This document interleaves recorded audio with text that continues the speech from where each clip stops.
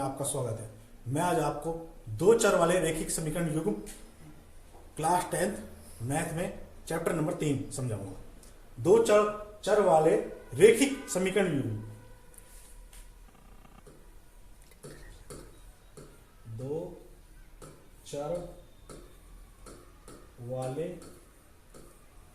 दो चर वाले रैखिक समीकरण युग्म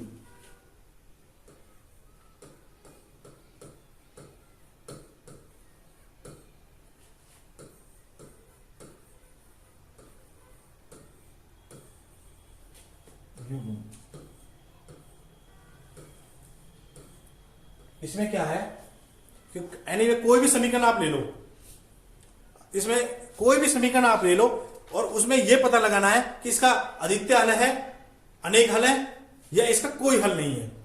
तो बाई चांस हमारा कोई समीकरण है x माइनस 2y बराबर 0, यह पहला समीकरण है। दूसरा 3x जमा में 4y, 3x जमा के 4y माइनस 20 इक्वल टू 0। इसमें हमारा जो समीकरण होता है रैखिक युग्म वो होता है a1 x जमा में b1 y जमा में c बराबर 0, a2 x जमा के b2 y जमा के c2 इक्वल टू 0। ये हमारा रैखिक युग्म इस तरह से होता है। जो x के आगे कोफिशिएंट होते हैं वो इस x के आगे लगे होते हैं कि कितना लग रहा है। जो y के आगे कोफिशिएंट है वो कितना आगे अंक है, c के आगे c कांस्टेंट होता है, इसके आगे x y कुछ नहीं होता। तो इस तरह से a2 यानी दूसरा समीकरण हमारा कि x के आगे कितना लगा हुआ है, y है, y के आगे कितना लगा हुआ है, c2 यानी कांस्टेंट कितना लगा हुआ है। तो हम सबसे पहले देखेंगे a1 यानी a1 x, यहां देखेंगे इसमें यहां कितना है, ये x है, x के आगे कुछ नहीं लग रहा तो हम एक मान सकते हैं अपनी साइड से। x के आगे कुछ नहीं है तो एक, क्योंकि एक से x को गुना करें, एक को हम x से गुना करें तो एक ही होता है। तो a1 बराबर 1, b1 बराबर, देखो b1 y यहां कितना है -2, c1 इक्वल टू 0। ये हो गया पहला समीकरण हमारा। दूसरा देखते हैं हम a2 इक्वल टू x यानी x से आगे कितना लगा हुआ है, यहां 3, b2 4, यहां देखो y के आगे कितना है वो b2, तो b2 का मान क्या होगा हमारा, ये 4। फिर c2 को आगे कितना लग रहा है, यहां c2 है, यहां कितना है अपना -20। अब हम देखेंगे समीकरण में a1 बटे a2 यानी कि 1/3, फिर b1 बटे b2 -2/4, फिर c1 बटे c2 0/20 यानी कि 0, 2 1 2 2 2 4 यानी कि -1/2। क्या a1 बटे a2 बराबर 1/3 बराबर b1 बटे b2 -1/2, क्या है, दोनों बराबर है, नहीं है। a1 बटे a2 not equal to b1 बटे b2, इसलिए इस समीकरण का एक अद्वितीय हल है। इसलिए इस समीकरण का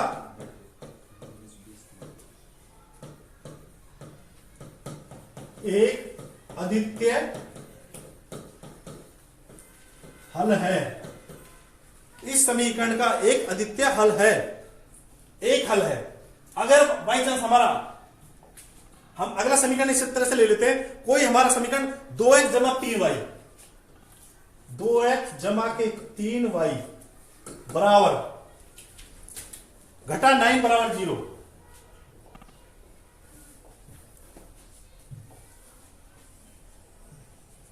घटा 9 बराबर 0, पहला समीकरण। दूसरा समीकरण आ जाता है हमारा 4x जमा 6y, 4x जमा के 6y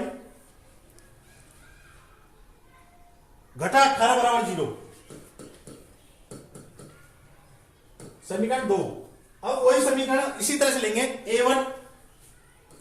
a1 x जमा में b1 y जमा में c is equal to 0, a2 x जमा के b2 y जमा के c2 बराबर 0। तो हम देखेंगे a1 क्या है हमारा, a1 इस समीकरण में ये a1 is equal to 2, b1 3, c1 -9, a2 कितना है हमारा 4, b2 6, c2 -18। अब देखेंगे हम a1 बटे a2 2 बटे 4 बराबर b1 बटे b2 3 बटे 6, c1 बटे c2 -9 बटे -18। 2 एकम 2, 2 दूनी 4, 1 बटे 2, 3 एकम 3, 3 दूनी 6, माइनस से माइनस कैंसिल, 9 एकम 9, 9 दूनी 18। यानी कि a1 बटे a2 बराबर b1 बटे b2 बराबर c1 बटे c2। इस तरह से कंडीशन आ गई हमारी, यानी कि इस आदित्य का अनेक हल है। इस समीकरण के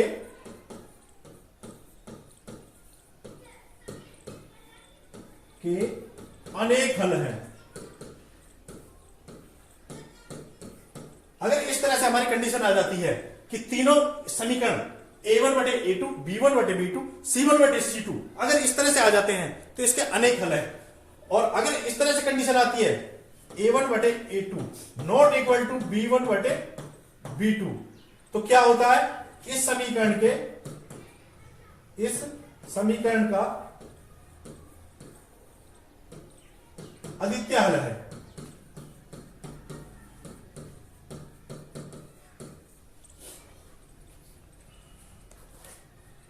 अगर हमारी कंडीशन इस तरह से आ जाती है, तीसरे में a1 बटे a2 इक्वल टू b1 बटे b2 not equal to c1 बटे c2, बाई चांस इस तरह से आ जाती है तो इसका कोई हल नहीं है, कोई हल नहीं है। अगर ग्राफ की उस पे देखें हम तो जो अद्वितीय हल है वो तो ग्राफ पे इस तरह से आएगी, कहीं भी एक्स और वाई ग्राफ पे, मान अगर हम ग्राफ पे लेते हैं, और जो कोई हल नहीं है ये हमेशा पैरेलल आएंगी रेखाएं ग्राफ पे हम अगर देखते हैं। और जो अनेक हल है उसके भी कटिंग में इस तरह से कहीं कितने भी हल हो सकते हैं। यह आपके हो जाती है एक्सरसाइज 3.1 कंप्लीट। उसके अलावा हम अगला इसी में चैप्टर 3.2 देखते हैं। 3.2 में क्या कहते हैं वो ग्राफ पे समझाना है, आपको समझना है तो समझा देंगे। बाकी 3.3 एक्सरसाइज लेते हैं।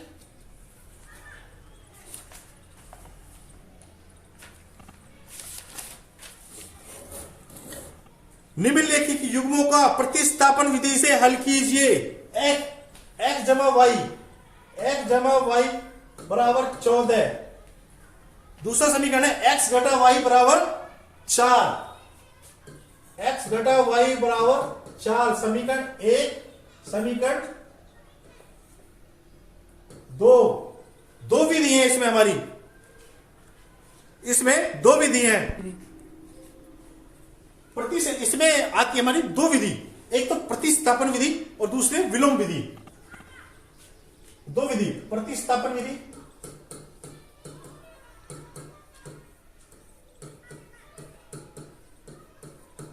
और दूसरी विधि में विलोपन विधि।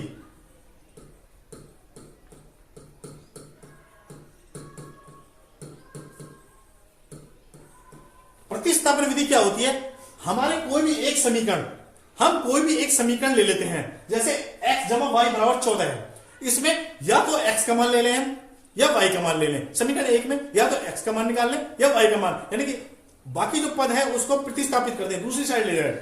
जैसे हम समीकरण 1 में प्रतिस्थापन विधि करते हैं। समीकरण 1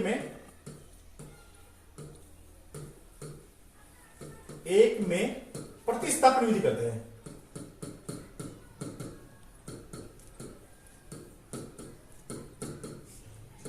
यानी कि हमारा समीकरण जो 1 है x जमा वाई बराबर 14, अब प्रतिस्थापन करेंगे, x का मान निकाल लेते हैं। x इक्वल टू में 14 घटा y, ये समीकरण 3 बन गया हमारा। यानी कि x का मान ले लिया और y को इधर लेंगे। बराबर की निशानी तुला का काम करता है, बराबर। अगर हम यहां से कोई चीज यहां लाए उठा के तो निशान चेंज करेगी, और यहां से यहां ले जाए कोई चीज तो भी निशान चेंज होगी। अगर यहां माइनस का होता तो यहां के प्लस होता, अगर यहां ये प्लस का है यहां पे जाके माइनस का हुआ है। y यहां प्लस का था, y को यहां लेंगे माइनस का होगा। यह है समीकरण 3। अब क्या करेंगे, समीकरण 3 के मान को, समीकरण 3 के मान को समीकरण 2 में रखने पर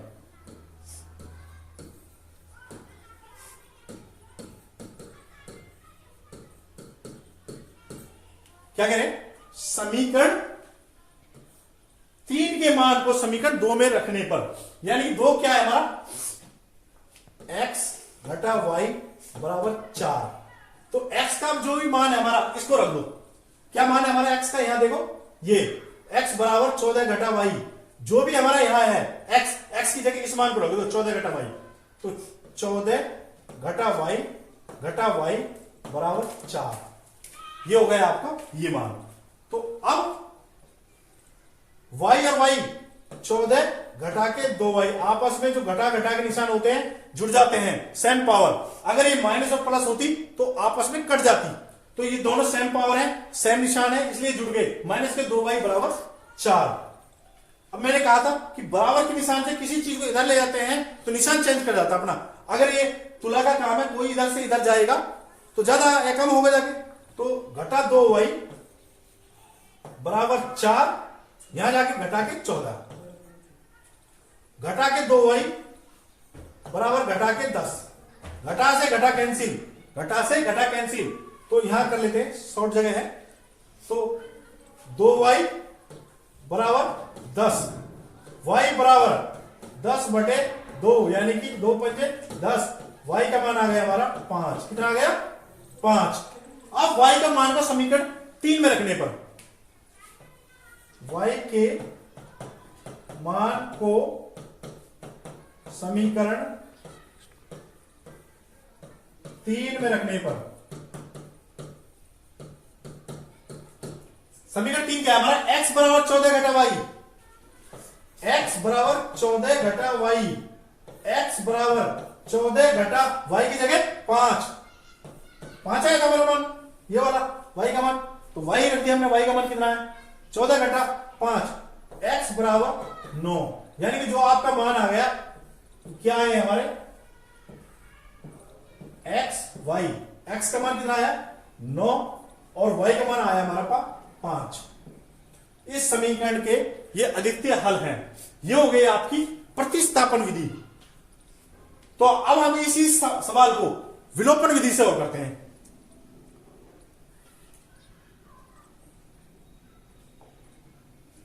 यही सवाल ले लेते हैं, x जमा y बराबर 14, समीकरण 1। फिर दूसरा सवाल है, इसमें x घटा y बराबर 4, समीकरण 2, विलोपन विधि।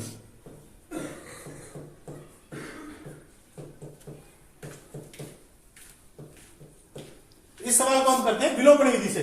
तो विलोपन में क्या है, जो कोफिशिएंट हमारे x है y है एनीवे, इनको विलोपन विधि में बराबर करते हैं। तो इसी में तो आया ऑलरेडी बराबर हुए पड़े, बाई चांस बराबर नहीं होते, जैसे मैं इसमें मान लेते हैं, अगले सवाल में चलो इसका एग्जांपल लेते हैं, बाकी इसी को इसी से करते हैं। तो क्या है, जोड़ने पर या घटाने पर, समीकरण 1 व 2 को जोड़ने पर या घटाने पर, यहां लिख देते हैं समीकरण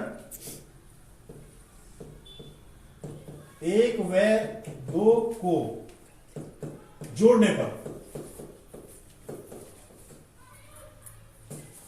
जोड़ा कैंसिल y से y, तो 2x बराबर 18, x बराबर 18 बटे 2, 9 आ गया, x बराबर 9। x का मान समीकरण एक में रखने पर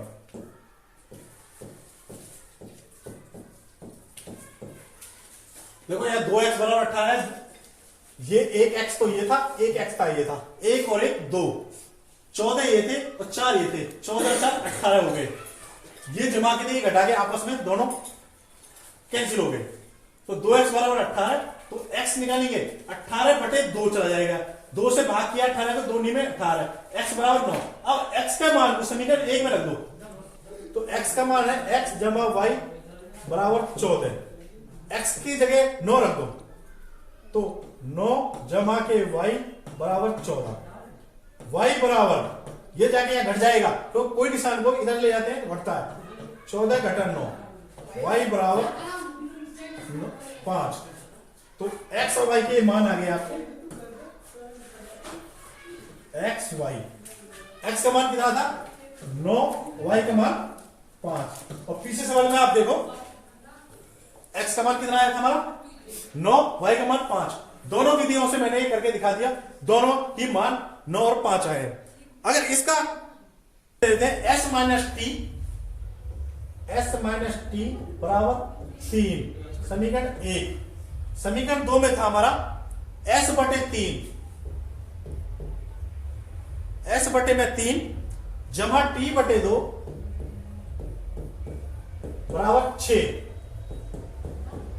मैंने कहा था कि ऐसे करने में तुम्हें भारी पड़ेगा, तो पहले इजीली इसका एलसीएम लेके सॉल्व कर लो। एलसीएम आ जाएगा 6, 2 3, 3s जमा के 2t बराबर 36, समीकरण 2। ये समीकरण आपका 1, इसको करेंगे विलोपन विधि से, विलोपन विधि 3 विधि होती है वैसे, बाकी आपके सब्जेक्ट में जो 10वीं मैथ में 2 विधि हैं, तो 2 विधि से हम दूसरी विधि से इसको समझा रहे हैं। तो पहले वाले समीकरण में ये मान है अपना, दूसरे का ये मान है, तो किसकी कमी है ऊपर देखो, यहां s सिंगल है, यहां 3 है, यहां t सिंगल है या डबल, तो या तो इस समीकरण 1 को 3 से गुणा कर लो, एक कोफिशिएंट को बराबर करने के लिए, या फिर उसको 2 से गुणा कर लो। तो समीकरण 1 को 3 से गुणा कर देते हैं, समीकरण 1 को 3 से गुणा करने पर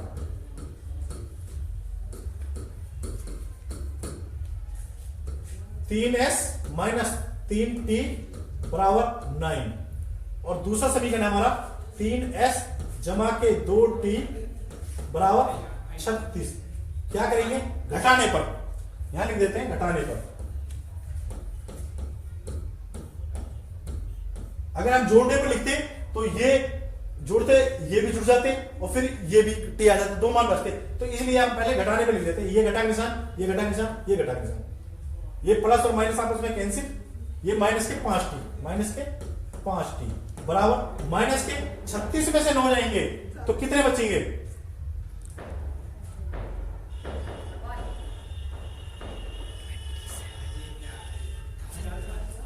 सब 9 घटा दो इसमें से, 16 में 9 5 25, माइनस के 25 बचा, 25 बचो,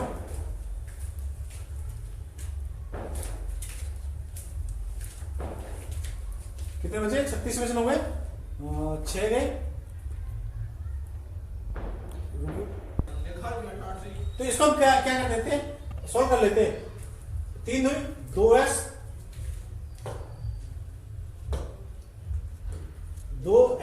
जमा के 3t बराबर 36, ये आ गया हमारा समीकरण नंबर 2।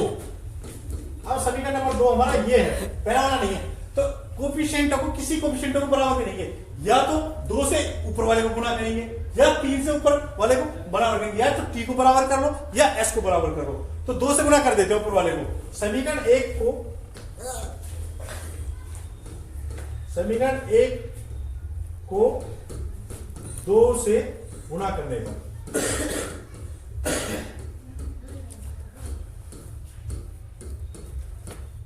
समीकरण 1 को 2 से गुणा कर देते हैं, 2s माइनस 2t बराबर 6, 2s जमा के 3t बराबर 36। यानी कि क्या कर देते हैं, घटाने पर घटा घटा घटा cancel, plus minus cancel, minus के 2 माइनस के 3 माइनस के 5t आ गया, माइनस के 5t बराबर माइनस के 36 और प्लस के 6 तो माइनस के 30 बचा। माइनस से माइनस कैंसिल, 5t बराबर 30 और t बराबर में 30 बटे में 5, 5 का 5 5 6 30, t का मान आ गया हमारा 6। तो t का मान समीकरण 1 में रखने पर यहां लिख देते हैं, या क्या क्या था, घटाने पर।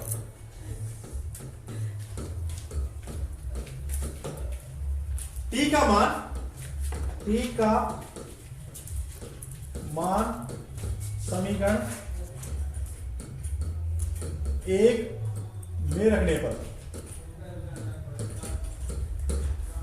s घटा t, क्या s घटा t बराबर 3 और s घटा 6 बराबर 3, s बराबर 3, ये यहां जाके देखो t की जगह हमने मान रख दिया 6, अब ये बराबर के निशान से इधर ले जाएंगे तो यहां जाके प्लस का हो जाएगा, प्लस का 6, s बराबर 9।